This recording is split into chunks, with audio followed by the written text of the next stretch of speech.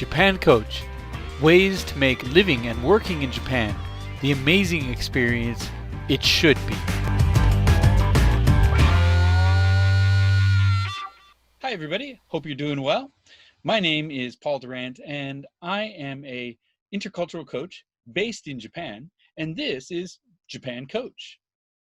Today, I wanted to talk about an element of Japanese culture which you could talk about for days and weeks.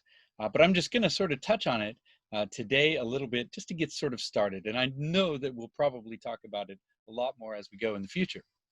But that is what I like to call the beauty is in the process. I think that this is a relatively fundamental element of Japanese thinking. And this is fundamentally different, I think, in some ways from American thinking or European thinking for that matter. However, I do think that we see elements of this kind of thinking in other Asian cultures as well. So perhaps it's a little easier for other Asians to understand, but certainly it is something that is uniquely in some ways Japanese. What does it mean? Well, when you watch a tea ceremony, you may be struck by the beauty of it, the pace of it. It's very slow moving, it's very focused, it's very directed, and all they're doing is serving tea. And this is something, of course, that will be done for you many times a day, all over the world, in a restaurant or at home or at someone else's house, but without any of that focus or concentration, without thinking what is exactly the perfect way to do it. You just do it.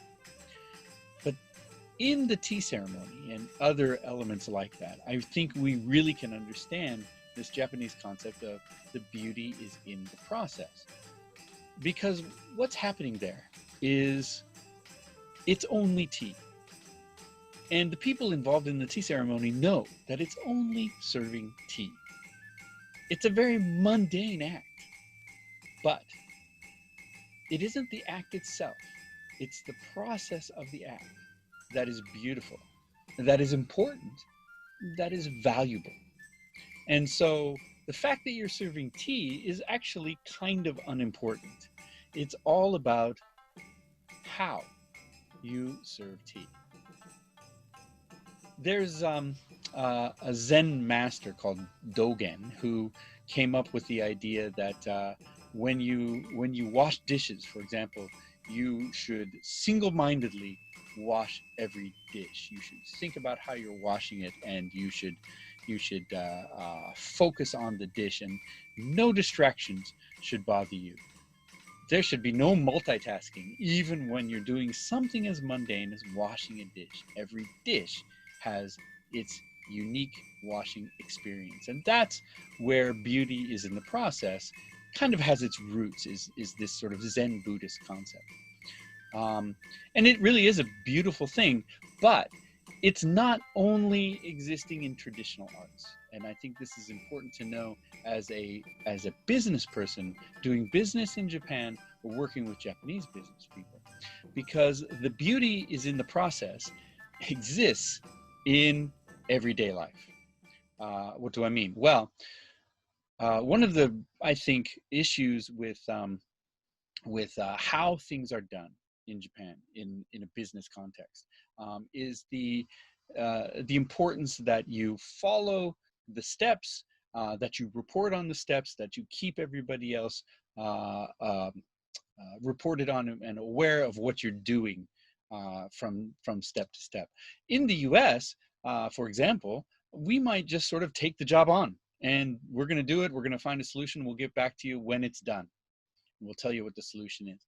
Well, the solution you come up with may be the correct solution, but that's not going to get you any points in most Japanese companies because the beauty's in the process. So how did you get there? Keep us up with what you're doing. How are you going? How do we help? How do we all get involved? And show your work. Maybe you experienced this a little bit in your math class as a kid. You know, okay, you got the right answer, but you didn't show me your work, so you lose 10 points. Well, in Japan, showing your work is very important because it's all part of the process. I would venture to say that a Japanese boss would respect an employee more who followed the process clearly and took the right steps and involved the right people and got the wrong answer more than the person who actually came up with the correct solution but didn't follow the process, didn't involve the people, didn't take the steps, or maybe took the steps but didn't inform everybody of the steps they're taking. So that's a big part of the process is people have to see, people have to be involved. And if you think about the tea ceremony, there are 3 or 4 guests watching every step of the way. You're involving the others, the guest in the process, and this is very important. So maybe you look at a tea ceremony and you think, oh, well, that's beautiful traditional Japanese culture, but it doesn't really have anything to do with the modern day. Well, yeah, it's true, and it's not true, and sort of finding the ways in which these sorts of cultural elements do find their way in the modern way, modern way of thinking, the modern mindset, I think is really, really valuable, and it's going to help you go much further in your dealing with Japanese. Is it good? Is it bad? Of course it doesn't matter, because it just is this way. And a lot of Japanese also look at Western ideas of productivity, for example, and they see, okay, maybe more is getting done, but I see that you're missing some steps. And in missing those steps, there's an enrichment level that's not being achieved. And, this can be sometimes expressed in lower quality. It can be expressed in machines not working properly. It can be expressed in bad customer service, other types of elements, which Japanese find very uh, offensive to their ideas, because the process will prevent those kinds of issues from happening. So this really, obvious, as you can see, this really enters into a lot of the ways of thinking, and some of the very base differences, I guess, in some ways, between Japan and Western cultures, but even other, I think, Eastern cultures struggle with this to the degree that the Japanese do it as well. So that's just really a touch on the idea of the beauty is in the process, and man, we'll talk about it plenty more before we before we finish. Thank you for joining me this week, and I hope that I'll be able to have one of these up for you every week, and I really, really hope that they do help people understand a little bit about Japanese culture and the culture that maybe you're coming into for work or for fun or for whatever, in a way that's more enriching, more valuable, and something that you can interact with a little bit more um, uh, aggressively and enjoyably. So I'm Paul Durant. Thanks for joining me this week on Japan Coach.